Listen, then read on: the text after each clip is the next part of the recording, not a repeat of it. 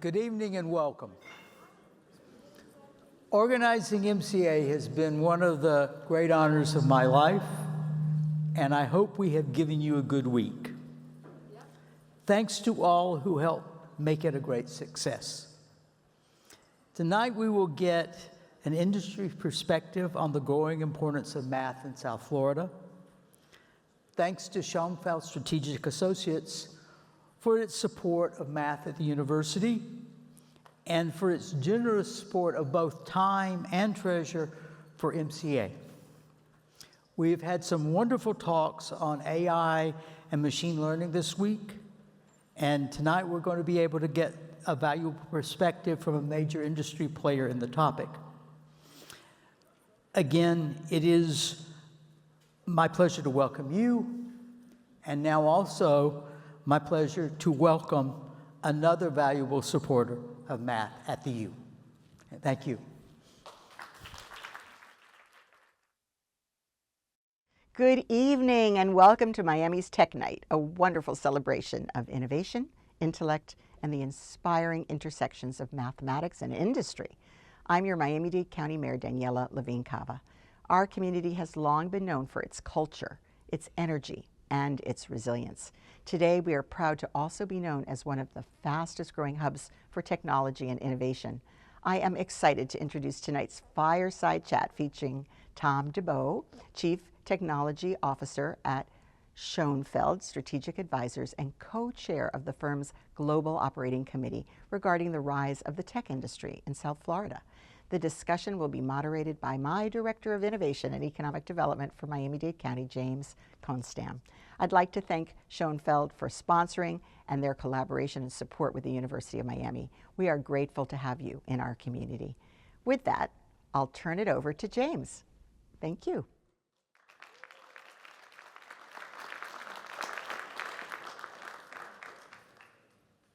Good evening, everyone. All right.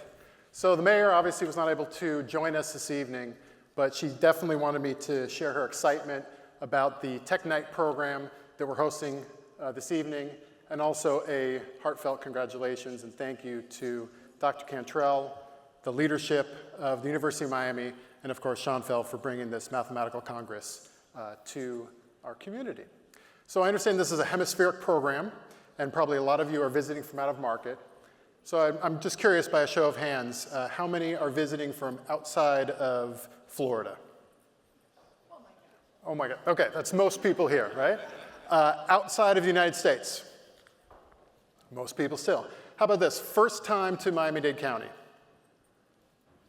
Okay, well, welcome. That looks to be about 2/3 or so of the crowd here. This is the first time. So I hope you get out of the hotel here, get down to the beach, and visit all our community has to offer.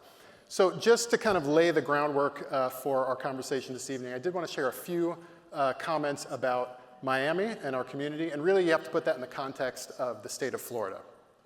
So Florida is the 3rd largest state in the nation. We have a GDP of $1.7 trillion. That makes us the 15th largest economy in the world. And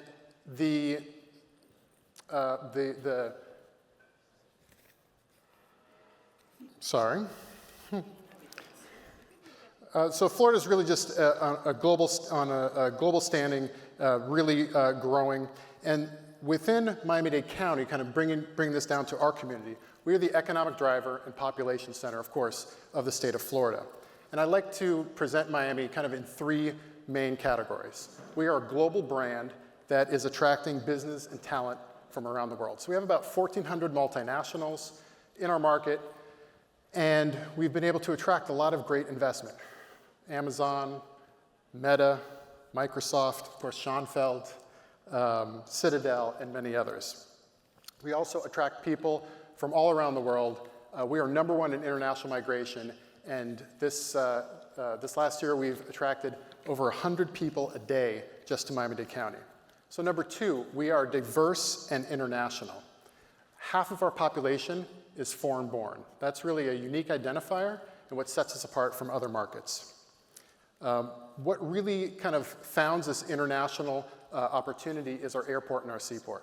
Our airport is #1 for international freight, #5 in the globe, and only second behind JFK for international passengers. And those of you who I assume flew through Miami International, you'll be happy to hear that we are investing $9 billion in a capital improvement program, everything from the curb to the cabin, as we say. That includes bathrooms and elevators and escalators. And our seaport is the #1 passenger port in the world. And then lastly, #3, we are entrepreneurial and innovative. So we have 95,000 businesses in Miami-Dade County. 80% of those are small business, less than 10 employees. So we're very entrepreneurial in this community. From a venture capital perspective, Florida raised over $4 billion in venture capital last year. A lion's share of that was here in Miami-Dade County. And that places us 6th in the nation for venture capital deals. That makes us ahead of Austin, Seattle, Chicago, Denver, and the leading sectors, of course, are fintech, medtech, and blockchain. So Miami is globally competitive, and we're attracting top innovators, entrepreneurs, and companies from around the world. So with that, I'd like to invite Tom to join me up on stage for a fireside chat. Good evening. Thanks nice very to much. see you. Of course. Now, I have also on this, this paper some comments about your career and an introduction, but I always find it much more interesting to hear it from the individual. So maybe we'll start right there and tell us a little bit about yourself and your career and kind of how you got to this position. Okay. So it's a pleasure to be here. Thank you for the invitation. Thank you to Dr. Cantrell, the organizing committee, the University of Miami. It's really a pleasure to be here with you tonight. So I'm Tom DeBow. I'm the Chief Technology Officer at Schonfeld Strategic Advisors. What does that mean? I run all of our enterprise data, technology, and portfolio management and trading solutions.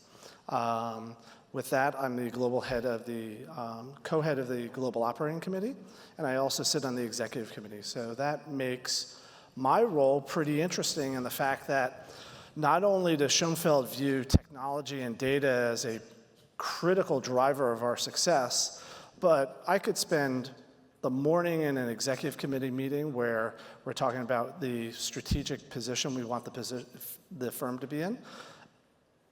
And then next I could go into my office and there's somebody waiting to whiteboard with me over a project that we're talking about in technology. So, I mean, for me, Schonfeld has really been an outstanding opportunity. I've been there about 18 months. Schonfeld is a really interesting organization. It was founded about 37 years ago. Stephen Schonfeld is an enthusiastic mathematician, and math is foundational to our business. We started really with some short-term trading and systematic strategies, and we've advanced over the last 37 years to be what we call a multi-strat hedge fund. And by that, most hedge funds are a single strategy, could be long-short equity or systematic, or a macro fund. Schonfeld has all of those types of strategies under one umbrella. We run right now a systematic strategy. We run a fundamental equity strategy, our discretionary macro strategies, and then tactical, which includes everything from Delta One, vol trading, index rebalance, et cetera. So for me, it's really been a great organization because I have a lot of different clients who I have to attend to. And it's my job to A, figure out how to solve all of their problems, but B, how do I do it in a way that I can get some scale out of that. Wow. A big role, and congratulations on joining Schonfeld in the last 14, 15 months or so. So bringing it a little deeper into Schonfeld and Miami, your location in Miami, I think you opened the office somewhere around 2021. Tell me a little more about the presence here in Miami, kind of what attracted Schonfeld to the Miami market. So I think for us, obviously, the pandemic was a big driver for people moving throughout the country. I think for Miami in particular, during that period of time, there was a lot of flexibility in terms of your lifestyle. People were looking for other options in terms of where they could work remotely. The weather is great. The tax situation here is advantageous. Sure. And so we went through a pretty significant analysis of different places where we wanted to put our HQ to. and we settled on Miami, and we're in the Wynwood neighborhood. I know James was instrumental in helping us find our location there, and we've reached a point now where we have some pretty senior leadership in our organization is based out of Miami. I report directly to Ryan Tolkien, who's the CEO and CIO of the firm. He's based out of Miami. We have other senior leadership there. We have investment staff. We have a lot of our support staff. A lot of technology staff is there. And so for us, I think Miami has been really interesting. And then also the relationship we have with the University of Miami. We have developed a very close relationship with them in terms of supporting the mathematics department, supporting computer science efforts there. Stephen Schonfeld's foundation has underwritten the Schonfeld Scholars Program there. We have a bunch of them here tonight with us. And so we've really enjoyed our experience in the South Florida area and really have started to get value out of it. I think when I was talking to someone recently, I said, it's really been dramatic over the last 10 years. 7 years ago, I was asked, the company I worked for at that point had an office in South Florida, and I was asked if I was interested in moving down there, and that was really for a quality of life position. They're like, hey, you're getting to the point that you're going to start thinking about retiring at some point, and South Florida would be a great place to retire. But now for us, we view the Miami area as really someplace that can really add value to our organization. It's not where you're going to send the old tech guys to die. So, Of course not, no. No, that's great. So really, Schonfeld was one of the first movers in the space. We have a good foundation of technology and financial services here historically in Miami. But it was really around that time of 2020, 2021, and happy to see that you guys saw the opportunity, moved down here, and there's a lot of other folks that have followed behind you and tried to copy what Schonfeld has done. So now that you're here, you've been here a few years, you're seeing the Miami market. I shared a few stats about Miami's tech ecosystem. How would you describe the current state of technology in Miami and maybe what that opportunity is for our community from an outsider's perspective? I think there's a really great opportunity. I think there are some challenges, though. Obviously, the supply and demand dynamics are challenging. So you had a big rush over the last few years of companies coming to the South Florida area. And so that's great. You've generated a lot of demand for resources. And so for us, how do we continue to develop the supply, the full-time employees who can come here and work here, so that we can continue to invest in our office here? I think in the hedge fund space in particular, we're an interesting model in the fact that when we decide to do something, we're all in on it. We don't really put our toe in the water and like, hey, we'll check it out and see if it'll work out. Like, if we decide we're going to do something, we want to do it. And so we are committed to a lot of space in the Wynwood area. And so for us, it's how do we then try to develop some talent? Obviously, we started initially with people moving to South Florida. The people who moved, I've talked to them. I'm like, hey, would you ever move back? And they're like, never. But to build a sustainable model here, we really can't depend on the transplant of people. And so for us, we look at it and say, hey, how can we develop talent? And I think our relationship with is critical there. I think when you think about talent, there are two different components to it. You have entry-level talent, people who are new in their careers. And so our relationship with the university has been great for us to identify talent. We found that the skills that those students bring really are pertinent to the hedge fund business. They're really eager to perform and develop their skills, so that's great. But then the second piece is, well, how do you find some talent that has history and expertise? And so for us, when we think about that, I think the South Florida area could develop a couple of different areas. One being additional like core technology organizations, like you talked a little bit. Meta moved down here, and Amazon is here. For us in the hedge fund space, we really look for those organizations to give our technology staff core foundational skills. That I can take someone who has left Amazon or left Meta, and I can teach them our business. The second being, how do we turn around and develop them in a way where they have the right skill sets for finance, and so we can use places like the University of Miami to do that. And so I think for us, as we develop, that's really going to be the challenge for us, is how do we continue to satisfy the demand for resources. Understood. So you mentioned some years ago, in a previous role, I had the opportunity to support Schonfeld's relocation. I think one of the areas we spent the most time discussing was around talent and that opportunity for talent. And obviously, it is, what we can provide here, what's coming out of our colleges and universities, or the opportunity to recruit. Yep. You talked about some people love the idea of moving to Miami. They'll jump right on it. Yep. Some, maybe it's not for them. How have you found, I guess, what type of role have you found that is most attractive for that relocating talent? And what specific types of functions are you recruiting for? I think it's not so much a specific function in terms of the relocation piece. I think that is very much a quality of life decision that people make. That they have decided that I'm pretty happy at Schonfeld.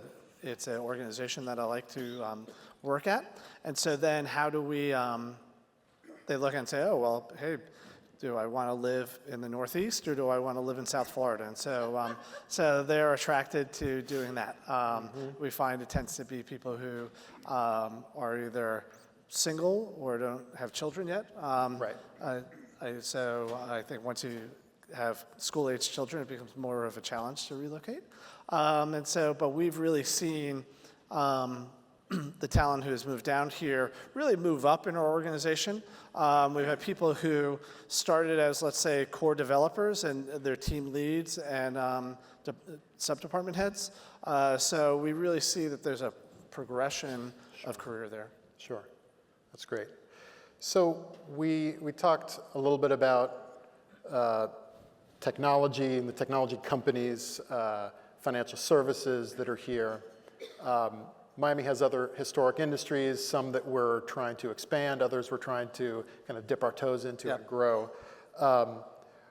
What are the particular technology industries that you think Miami is uniquely positioned to lead in, and also maybe how that would benefit Schonfeld, of course, from your position here in Miami? So I think in the near term, where do I think the opportunities are? I think the opportunities are obviously in financial services, as I said before.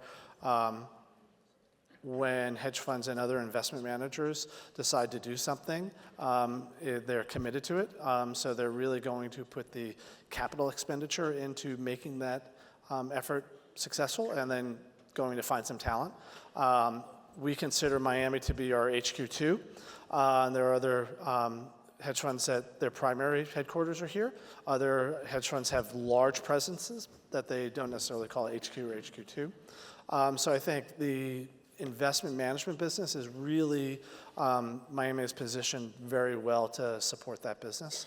Healthcare obviously is a big business down in South Florida with the continued evolution of AI and other technology. That's an industry that will support the investment that you need to bring that talent in. And then finally, I think organizations that have a significant Latin American presence.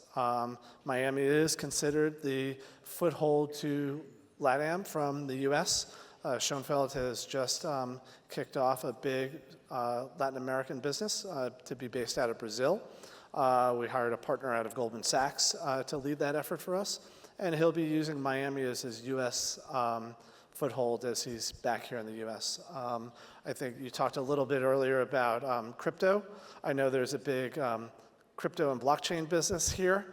I don't necessarily view that as a big opportunity for us, only because for anybody here who is involved in crypto, you're all HODL people, right? You hold on for dear life, both in terms of your portfolio and your commitment to crypto. So if somebody works for a crypto company, they don't want to come work for a hedge fund until their place blows up. I don't really view them as a pool of talent that's readily accessible to me.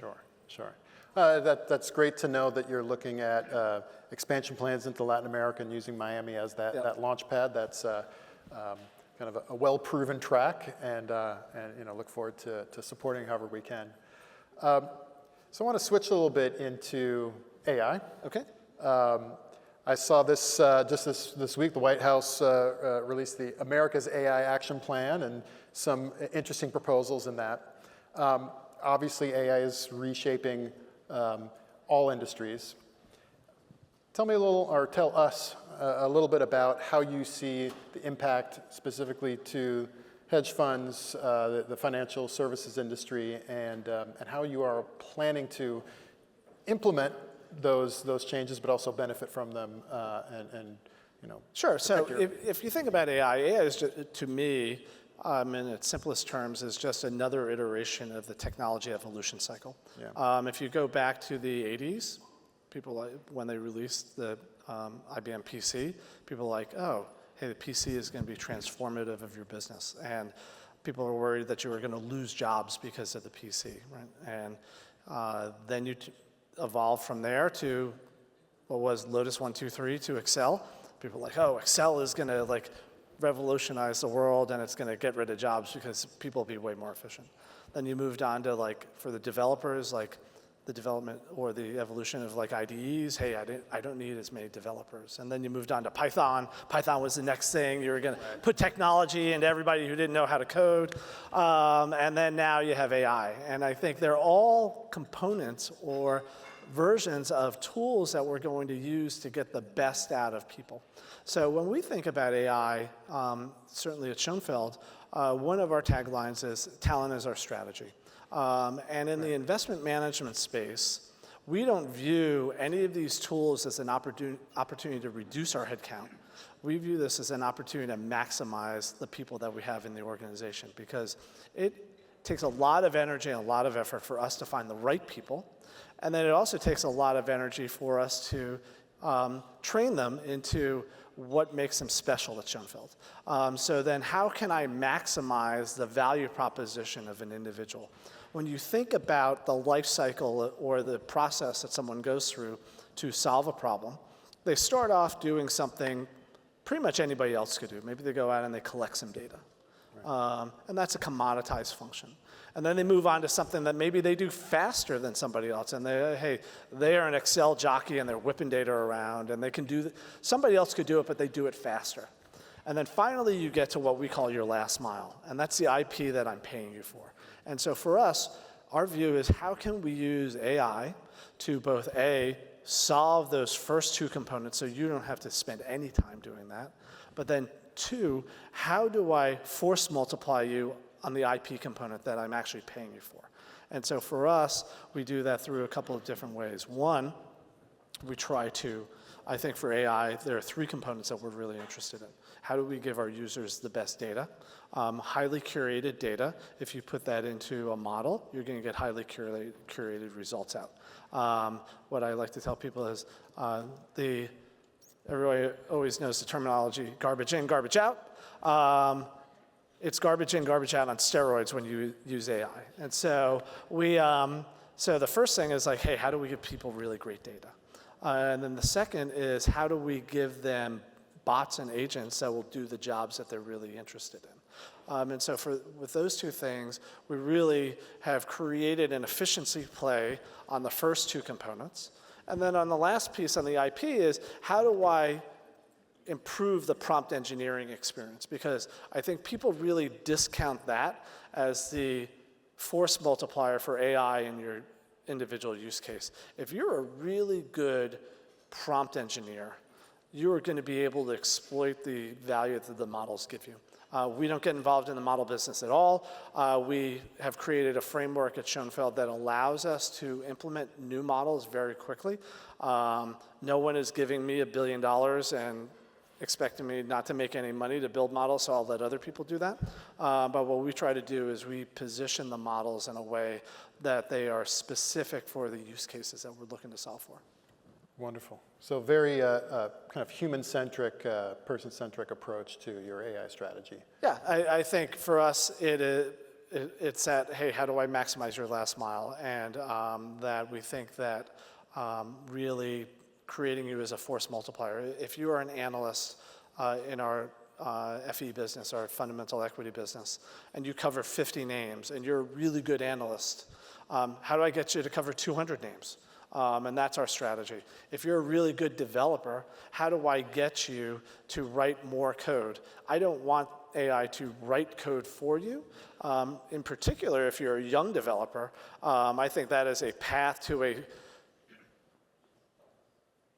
process that is going to break down, because we need young developers to become great senior developers. And the only way that they become great senior developers is through experience. And the easy path, I refer to it, and this will date me, we don't want them to follow the Cliff Notes version of development. We want our developers to actually become experts through experience and use AI. If, hey, I have a module that I have to write, that I've written this thing 100 times and I know exactly how to do it, but I don't want to waste time working on that, we'll use AI to help them do that. Right. So you talk a little bit about this kind of data-rich environment and how to kind of break out what's the valuable data from the noise. Is there a technological way to do that, or is that really based on the talent that you're applying to? We base it mostly on the talent. So what we look at is, because there's just a lot of data out there, right? People are like, hey, I just want to give AI a bunch of data. And what kind of results are you going to get from that? What we really like to focus on is, what is the data that we know is good data? Whether it's our own internal data, which we have a team of people who they curate all of that data, or it could be, let's say, research from our sell-side partners. And our analysts, I talked about just before, they know that this analyst at X bank is really good in industrials, and we should be using their research reports all the time. So we curate that in a human way, and then we maximize it using AI. Perfect. So just to pull back out a little bit from the AI discussion, more just broadly on innovation and experimentation. In an organization like Schonfeld, how do you foster that culture of innovation in such a highly regulated, high-stakes industry like finance? That's an interesting question. Going off script here. So. Yeah, exactly. That's off script. James was like, hey, do you mind if we talk about any random questions? I'm like, yeah, sure, no problem. How do we do it? Certainly inside of our technology organization, I think collaboration is really key. Yeah. I think most organizations become naturally siloed. So sometimes you really have to force collaboration, particularly in a larger team. So we have about 250 people in technology at Schonfeld. For us, it is, I think when you think about technology, people are really good technicians. What are the three things that go into being a really great technologist? I think being technically competent, obviously, is one of them. The second is being a great communicator, because most people turn around and if you went on our trading floor, some people are very detail-oriented and they have a very specific use case they want. But a lot of people are like, hey, I need more tech. Like, okay, well, what do you need? Well, I need more tech, because I know tech will make me $1 billion. Okay, so now my job is to kind of iterate with them and talk about what it is they're looking to do. And then the last people are like the people who are going to be accountable. So I think, hey, if I ask you to do something and you're going to deliver on it, I think that's somebody who I'm going to recognize as being really valuable to the organization. So I think in any technical area, I would say the technology is really important, but I would discount it a little bit, because let's say you're a C# developer and we're a Java shop. If you're a really good C# developer, I can teach you Java. if you're a really great communicator, that's really, really important to me. And if you're really accountable, that's really, really important to me. So for us, to go back to your question, though, because I kind of went on my own tangent, I think to how we foster our collaboration, there are organizations that I think are on the spectrum. They can either be very collaborative or they can be very accountable. And Schonfeld is a place that really tries to find the right balance of that, in that how do we bring people together to develop ideas, but then we send you off with some accountable metric, like, I need you to go do this, and you're going to come back to the group and report on the work that you did. Sometimes collaboration, when it's fully collaborative, it just becomes, the organization becomes paralyzed in terms of accomplishing anything. And then places that are very accountable aren't necessarily places that people want to work. You definitely get worn out from there. And I talked to someone recently about the organization they worked at, and they're like, yeah, we're not very collaborative, and my boss told me if I wanted a friend, go get a dog. And so that's not how Schonfeld is. I think actually Schonfeld used to let dogs come to the office until the office building stopped letting them come in. So. There you go. So focus on collaboration, and you mentioned earlier you guys are back to kind of full-time in office at least 4 or 5 days a week. Yep. Is that something you think is important for that collaboration, that engagement, or can this really function in a virtual environment? So Schonfeld went virtual during the pandemic, and then slowly came back, and now we're a 4-day-in-the-week office. And 1 day you can work from somewhere else. We find that really develops our collaboration. I'm sure all of you know that it is a different experience when you are sitting around a table with someone than when you're looking at the screen Brady Bunch style at a bunch of different faces, because it's very hard for you to give all of those people attention. It's very hard for you to read the room. You find that people are distracted. And so for us, being in a room together really allows us to foster that innovation. The idea of being on a whiteboard together, trying to work through some issues, is very important. Schonfeld is a global organization, so our main offices are in New York and Miami. Here in the US, we have an office in London, an office in Dubai, and then we have an office in Singapore, Tokyo, and Hong Kong. And then we have probably about 10 satellite offices split out around there. We spend a lot of energy having people travel to those offices. We do a lot in terms of offsites. People will come to New York, or they'll go to London, or they'll come to Miami, and people will spend time together. And we really think that is a differentiator for us. There are people who have jobs who they're like, yeah, you know, if there's time I need to focus, and we allow people we give them a certain amount of flexibility to work remotely or at home when they have concentration time, but we really do want people to be together in an office. Great. So a couple more questions, Okay. and then we're going to save a few minutes at the end for some questions from the audience. So start thinking about what you want to ask Tom here. This is the kind of what keeps you up at night question, but I'll pose it in kind of what are the trends that you're seeing that's other than AI, that's disrupting the hedge fund industry over the next 3 to 5 years, and how are you planning for that? I would say for us in the hedge fund industry, I think from a operational perspective, AI and other technologies that are sucking up all the oxygen as it relates to hardware are a big deal for us. We have to plan pretty far in advance now in terms of how we are going to develop our data center models. We run a hybrid experience at Schonfeld. We have a huge cloud presence, but we also have a large on-prem presence, particularly as it relates to our systematic business. And so for us, as we think about our infrastructure, we have to be really thoughtful about what that timeline looks like, particularly as there's some drama around tariffs and supply chain. How are we going to get that equipment to the locations that we needed to get to? Interesting. Yeah, I imagine some of the federal policies can potentially challenge some of those opportunities for the hardware? Yeah, so for us, it's a consistency of knowing how to manage through that. So if I know that, hey, it's potentially going to take me 6 months or a year to order hardware that I used to think was going to take me a couple of months to get in the door, we have to be much more thoughtful about how we're going to plan over the next 2 to 3 year cycle. Gotcha. So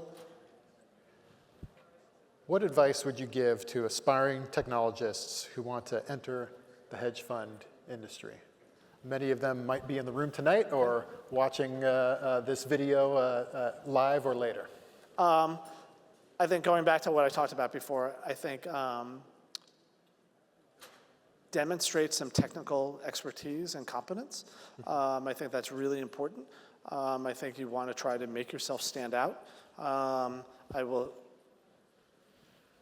It's interesting, we usually have our intern class, and then we go through a period of time where I get to meet all of them, and whether I have lunch with individuals or I talk to the class as a group, and the people who make themselves stand out and engage me in a way that makes me excited to talk to them, that's the best opportunity. And then, as I said before, how do you express your ability to communicate and show that you're a problem solver?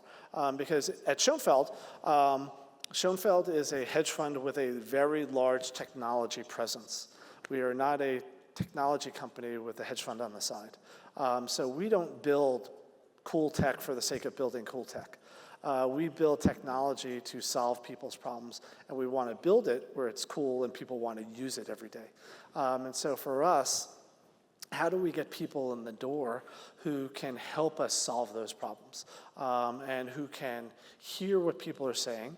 The way I like to position our technologists when they're working on a project, let's say they're working with our trade operations team, they're working on a trade support platform.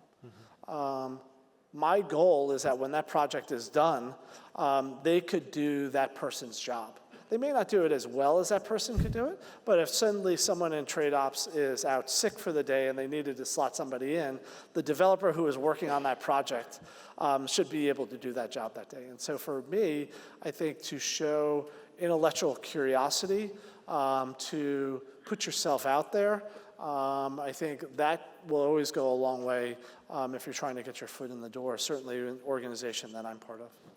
Some very good advice. Thank you.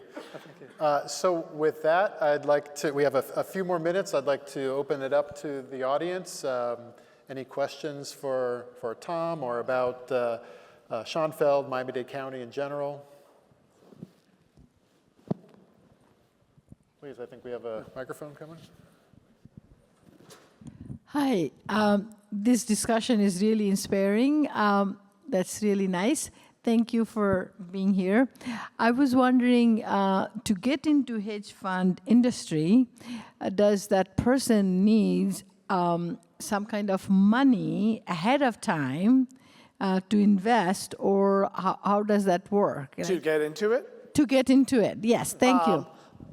I don't think so, because I didn't talk a little bit about my background before, so maybe I'll briefly discuss that. So I have spent almost my entire career in the hedge fund space. So my first hedge fund job, I didn't even know what a hedge fund was. I got called about a job, and I went into the office building. I got up to the 29th floor, and the elevator doors opened up, and there was a basketball hoop in the elevator lobby, and I thought, hey, this is a really cool place to work. And that was a place, More Capital, and that was a macro hedge fund.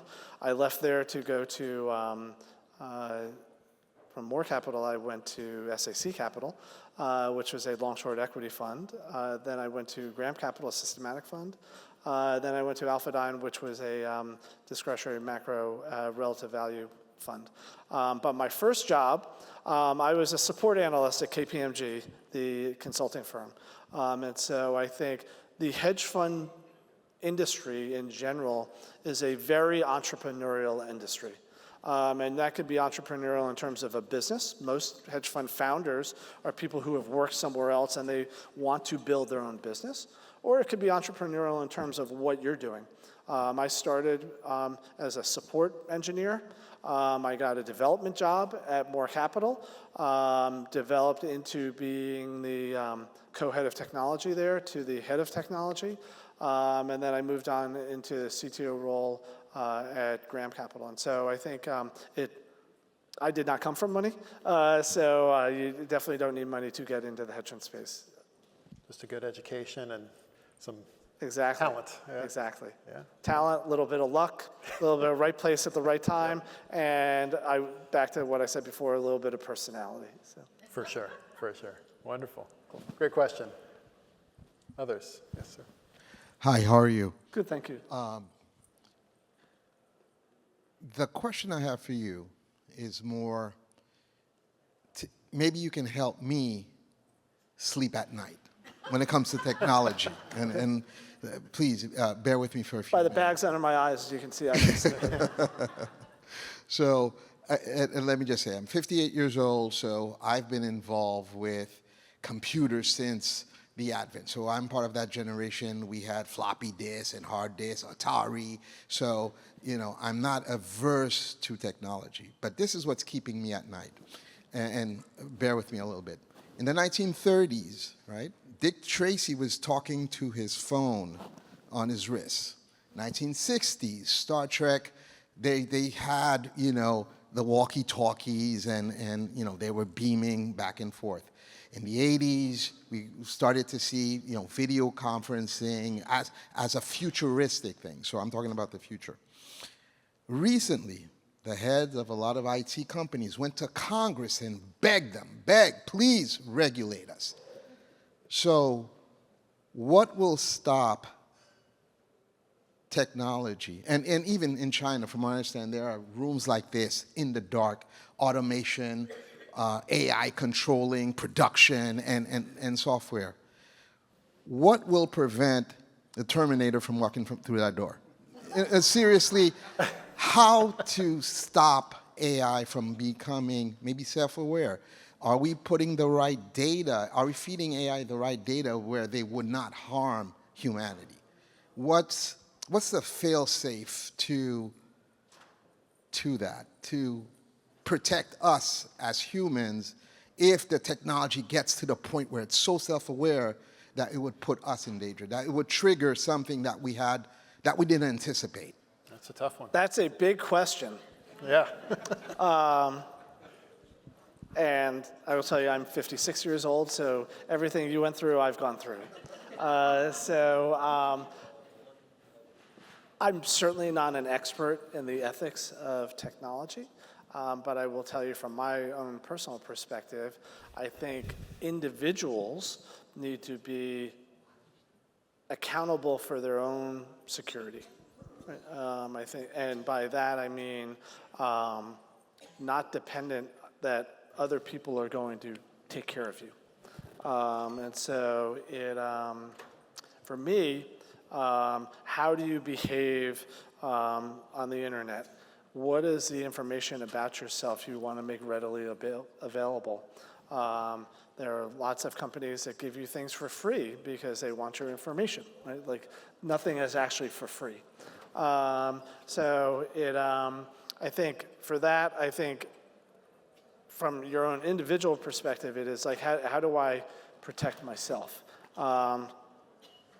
If a Terminator gets developed, I can't help you. Like, I'm going to be running for the woods like you are. And it's like, we're both going to be going to the bank hoping there's enough cash in the ATM to take out. So. We just need Sarah Connor to exactly. come take care of business. Exactly. Is what we need. We have, I think, time for just one last question from the audience.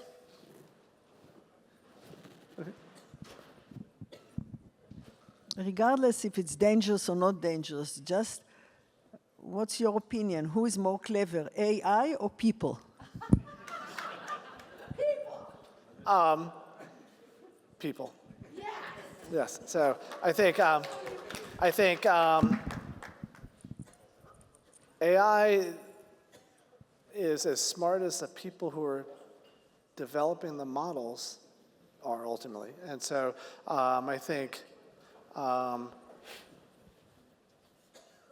can we teach it rational thought? Maybe, right? I mean, but some of the hallucinations are a little sketchy, right? So I'm going to bet on people. I don't think AI is going to take over the world, and we're going to, he and I are running for the hills together, looking for Sarah Connor, and I mean, the robots are taking over. So I do think that certainly me personally and Schonfeld professionally, we're betting on our people way before we're betting on AI. Well, I love where this conversation's gone, right to Terminator, exactly. right? So as we close out Miami Tech Night, closing thoughts on the future of tech in Miami. Any parting thoughts? I think it's really, I'm optimistic about it. I think that, like I said before, I think we have the demand for great talent exists here.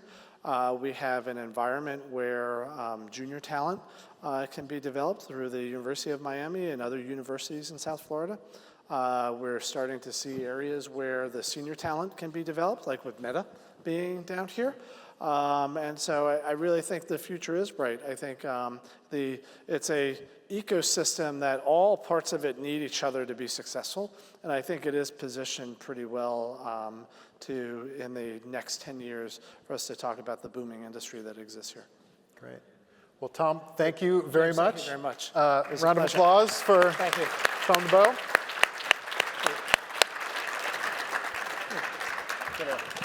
Bring Dr. Control back up. Thank you very much. Thank you sir. very much. James, thank you very much. One more round of applause for James and Tom. There's still plenty of food and drinks, so please join us for a time of fellowship. And thank you so much for coming. Good evening.